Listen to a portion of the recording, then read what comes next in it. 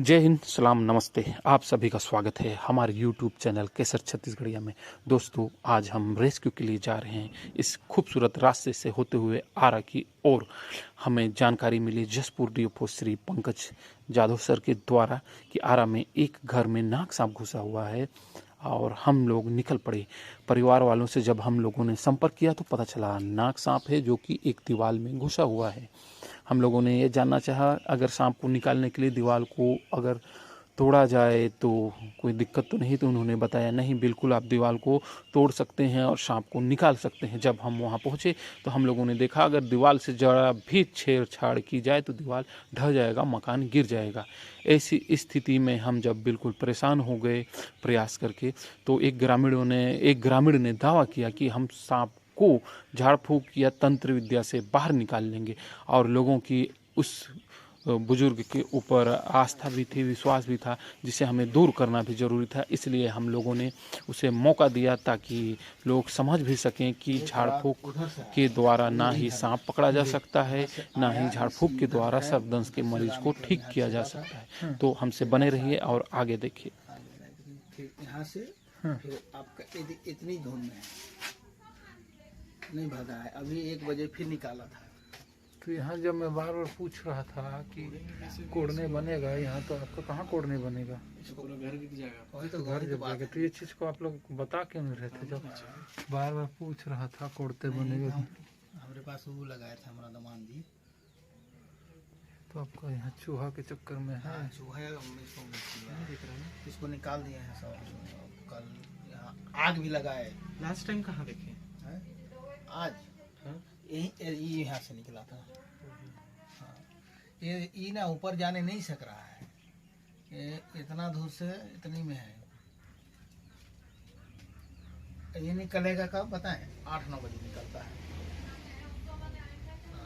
जगह जब सोमवार दिन ना वहाँ हम पलंग में अपना है ना इधर, इसमें हम आके हमारा जो 12 बजे नींद चढ़ गया ना, तो ऐसे किया था एकदम पलंग में। नहीं, मेरा देखिए यहाँ उधर से लगा दिए हो, मतलब यहीं पास से ना इधर और एगो है ना, सबका अलग अलग रहता है ना। तो उसमें आके ना मेरा जब आँख खुला ना, तो मैं जमीन में जैसे ये पलंग है ना, तो यहाँ सामने मेरा इतनी दूर में है ना, तो वहाँ ऐसे किया था।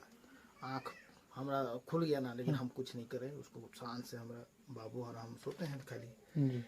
फिर उसको हटाए, बढ़िया। फिर उसके बाद में घुसा उधरी। उस दिन नहीं निकला वो। फिर रात को फिर कल 9 बजे निकला वो, साथ में सनसना। फिर यहाँ से आया, मारेंगे बोले कोई तरह से। चूहा की गो निकल रहा है खाली अभी, भाग नहीं रहा है। भागता ना तो है।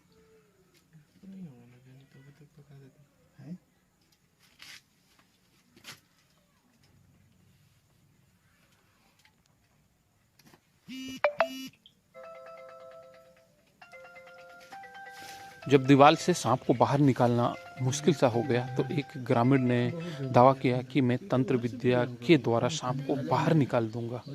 और लोगों की विश्वास थी उसके ऊपर, तो हमने उसे मौका भी दिया कि क्लियर हो जाए कि झाड़ फूंक से या तंत्र से ऐसा कुछ भी संभव है। हाँ चल, सब मिल के संभरा तो निकला ही। तो आए हैं क्यों आए, लेकिन इसको उखाड़ना बोल रहे कर रहे ना, तो उखाड़ने तो गिर जाएगा। हाँ?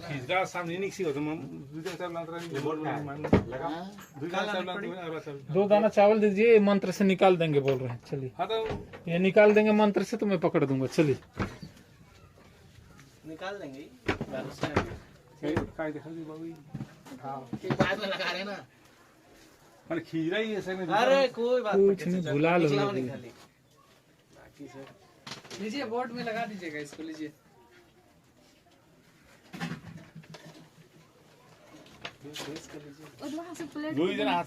हाथ में चाहिए इनको 2 दाना। नहीं लाई बाबू।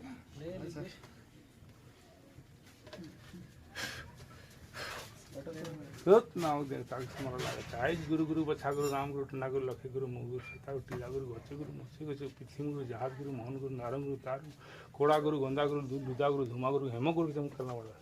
देख बे आई नाक साफ की सुखे यदि निकेश जा चैल आओ देखे भी चैल आ कौर दुआर से तो का डंका डोला थे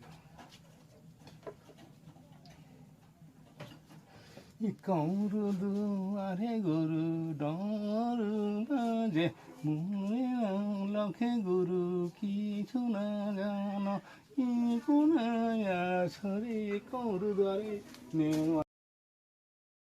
अगर हमारी टीम के द्वारा इन्हें मौका नहीं दिया जाता तो इनके ऊपर लोगों का और विश्वास बढ़ जाता और नतीजा ये होता कि ये सर्पदंश के केस में लोगों का झाड़ फूक भी करते और लोगों की जान के साथ खिलवाड़ करते हुए उनकी जान भी लेते। प्राय ऐसा ही होता है। इसलिए हमने डिसीजन लिया कि इनके तंत्र विद्या का परिचय लोगों के सामने दिया जाए कि ऐसा कुछ भी नहीं होता है और भ्रम दूर हो पाए। आई तो मैं तो डमरू डोला था देखो काके कमरू दुआर में चल निकल के चला चल देख तो चला ये तो काके तो कुछ नहीं करी मनवा हमें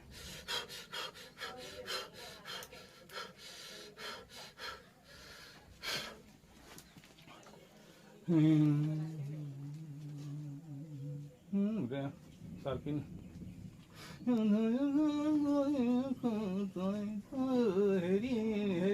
भाग घर में तो के बसाना के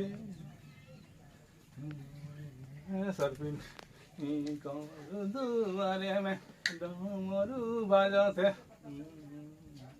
गरु ढाकर पंखी सुने सन सन सरपिन तो भागे निकस रे सन सन गरु ढाकर पंखी बाजा थे खिलैये बाबू सांप बाबू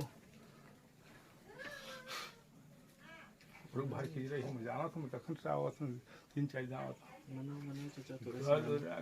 पंखिया तो सन सन करता है तो सरपिन भागी चली इतनी के जा तो के नागिन दे होता तो के जमाना लागत है गुरु गुरु बच्चा गुरु राम गुरु ना गलो के गुरु गुरु अग्नि गुरु माखिल में सब तुम्हारी नास्ता से मच्छा मच्छा सवा पे गम छके का कोड़ी की मां के जगह की